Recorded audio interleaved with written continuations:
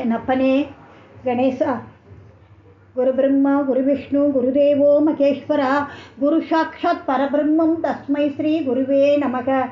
சதாசிவ சமாரம்பாம் சங்கராச்சாரிய மத்தியமாம் அஸ்மத் ஆச்சாரிய பரியந்தம் வந்தே குரு பரம்பராம். ஹரஹர சங்கர ஜெய ஜெய சங்கர, ஜெய ஜெய சங்கர ஹரஹர சங்கர, காஞ்சி சங்கர காமகோடி சங்கர. பகவானே என் அப்பா சங்கரா, சம்போ மகாதேவா. நடமாடும் தெய்வம் அவர் இருந்த போதும் சரி, இந்த நிமிஷம் வரைக்கும் அவர் நிகழ்த்தி காட்டிக்கொண்டிருக்கிற அனுபவங்கள் எல்லாம் பார்த்துட்டு இருக்கோம்.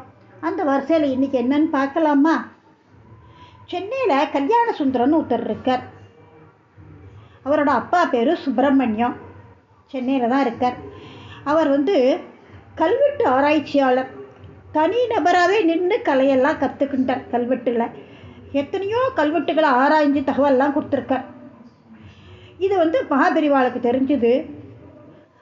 மகாபெரிவா பழைய ஆலயங்கள் எல்லாம் பற்றி பூர்வீக தகவல் எல்லாம் இவாள்கிட்டேருந்து கேட்டு தெரிஞ்சுப்பார் இருக்கும். ரொம்ப இவா சென்னையில் இருக்கிற தொட்டு கூப்பிட்டு மடத்து சிப்பந்திகளை விட்டு கூப்பிடுவா, இல்லை லெட்டர் போட்டு வரவழைப்பா. அவசரம்னாக்கா யாராவது நேர்லேயே போய் அவரை கூட்டின்னு வருவா. இவா ரெண்டு பேரோட பேச்சு ராத்திரி 11 மணிக்கு மேலே தான் பெரியவாளும் சுப்பிரமணியமும் ஆரம்பிப்பா. இந்த சம்பந்தமாக, கல்வெட்டு சம்பந்தமாக, ஆலயங்களை பற்றி எல்லாம். ஒரு சில நேரத்தில் ரெண்டு பேரும் பேசிகிட்டே இருப்பா. விடிய விடிய பேசுவா. மறானா காலம்பரை விடிஞ்சு போயிடும். சிப்பந்தி பெரியவா ஸ்நானத்துக்கு நேரமாச்சு அப்படின்னு சொன்னால் தான் தெரியும் பொழுது விடிஞ்சு கொடுத்துன்னு. அப்படி ஒரு பேச்சு ரெண்டு பேரும். மகாபெரியவரோட அனுகிரகமும் ஆசீர்வாதமும் சுப்பிரமணியத்துக்கு நிறைய இருக்குது. 1964 வருஷம் சஷ்யப்த பூர்த்தி சுப்பிரமணியத்துக்கு. அதை சென்னையிலேயே பண்ணலாம் அப்படின்னு அவரோட ஆசை. பெரியவாள்கிட்ட ஆசீர்வாதம் வேண்டின்ட்டு பத்திரிக்கை அனுப்பிச்சு கொடுத்துட்டார். ஆசீர்வாதம் வேணும்னு சொல்லிட்டுன்னு போகிறதுக்கு முடியல அவரால். பெரியவாளோட ஆசீர்வாதம் சுப்பிரமணியத்துக்கு எப்படி கிடைக்கிறது அதை பார்க்கலாம். அதில் ஒரு சுவாரஸ்யமாக இருக்குது, அதை பார்க்கலாம்.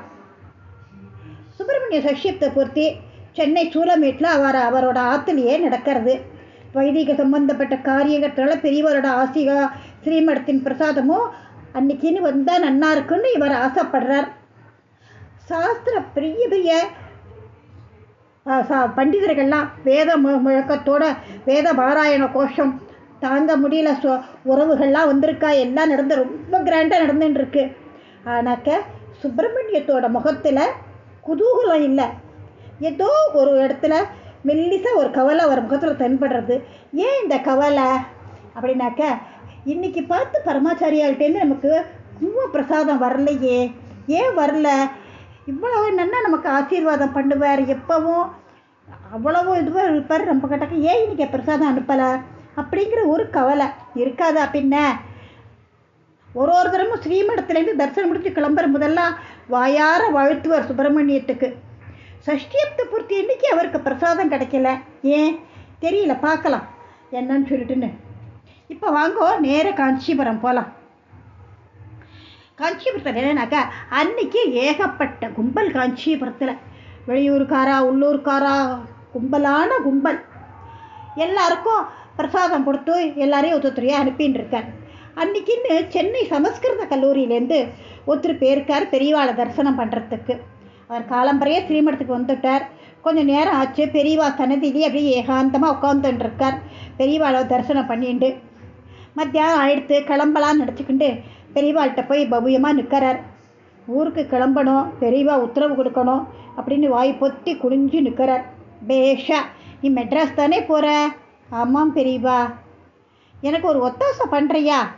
பெரியவா குரலில் குழந்தைத்தரமான ஒரு கெஞ்சல். சமஸ்கிருத கல்லூரி அன்பர் பதறி போயிட்டார். என்ன வார்த்தை சொன்னேன் பெரியவா, உத்தரவு போடுங்கோ, என்ன பண்ணணும்? ஆனந்தமாக செய்கிறேன் அப்படிங்கிற. உனக்கு அந்த கல்வெட்டு ஆராய்ச்சி பண்ணுற சுப்பிரமணியத்தை தெரியுமோ? பர்சனலாக தெரியாது, கேள்விப்பட்டிருக்கேன்.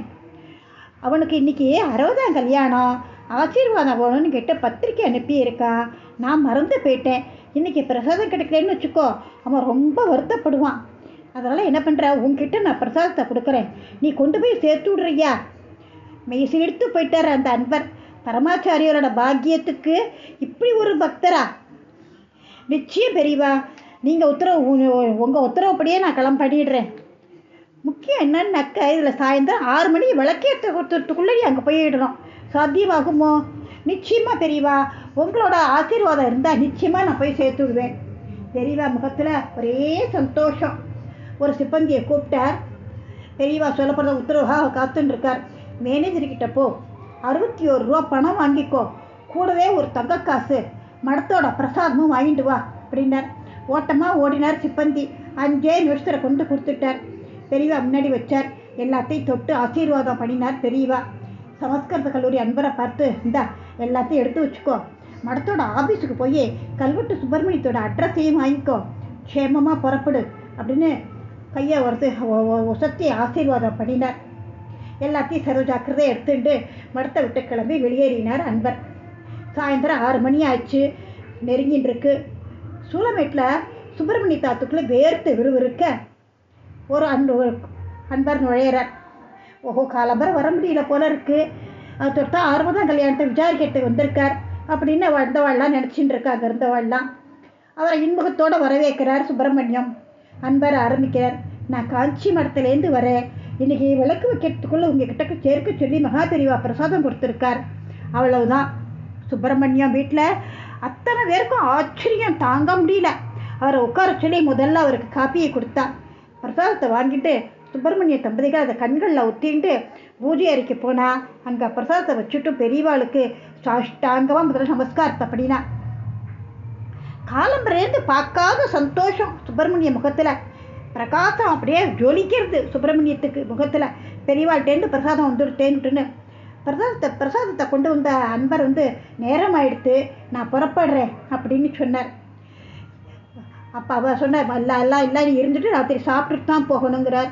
சாப்பிட்டாச்சு, கிளம்பணும். கொஞ்சம் நிமிஷம் ஆச்சு பேசிகிட்டு இருந்தார், கிளம்பிட்டார். சுப்பிரமணிய வச்ச தெரு அக்கம் பக்கத்தில் இருக்கிற எல்லாம் உடச்சி போட்டு வச்சுருக்கா, கண்ணா பின்னான்னு தோண்டி போட்டிருக்கா. போகிறதுக்கு வழி சரியாகவே இல்லை. பிரசாதம் கொண்டு வந்த அன்பர் எப்படி வீட்டுக்கு பத்திரமா போய் சேருவார் அப்படிங்கிற கவலை அவருக்கு.